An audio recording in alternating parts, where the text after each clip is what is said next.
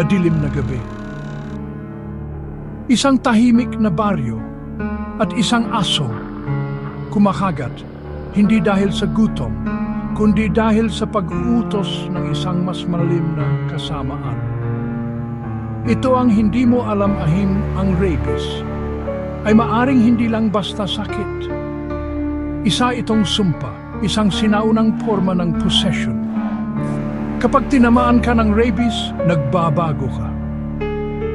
Hindi lang katawan mo ang sinisira, pati na ang isipan. Biglang takot sa tubig, matinding galit at baliw na uhaw sa kagat. Pero bakit ganoon? Ang ibang virus tinatamaan ang katawan.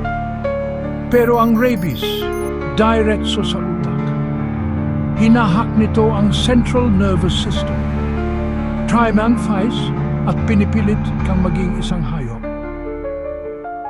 Parang may ibang nilalang na gustong lumabas mula sa loob mo.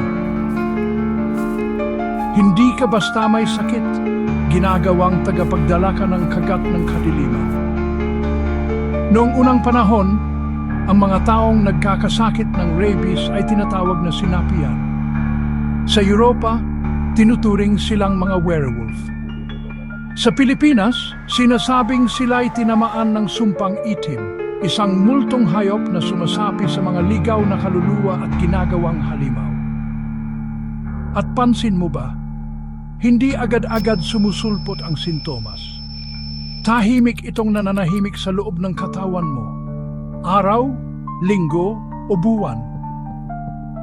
Hanggang isang araw, gigising ka na lang na iba na ang nasa loob mo. At kapag naramdaman mong tuyong-tuyo na ang lalamunan mo, break time and time, huli na ang lahat. Isang teoryang gumagala online. Paano kung ang rabies ay hindi lang virus, kundi sinaunang sumpa na natutong manirahan sa laman? Isang parasitic entity na umaabot na ng libu-libong taon, ginagamit ang katawan bilang sisidlan para sa takot, kagat, at dugo. Gusto nito ng kagat para mailipat ang sarili. Gusto nito ng uhaw para hindi ka gumaling. At pinakamasama sa lahat, walang lunas kung hindi ka maagapan. Isa kang buhay na katawan na sinasakop habang dahan-dahan kang pinapatay. Kaya tandaan mo, kapag may hayop na bigla kang kinagat at unti-unti kang nagbabago, baka hindi lang virus ang dumadaloy sa dugo mo. Baka may nilalang na gustong lumabas sa pamamagitan mo. Hindi lahat ng kagat ay sugat. Minsan, ito'y simula ng pagkakatali mo sa isang kasamaan. Ikaw, ano sa palagay mo ang pagkakaintindi mo sa rabies? Mag-iwan ng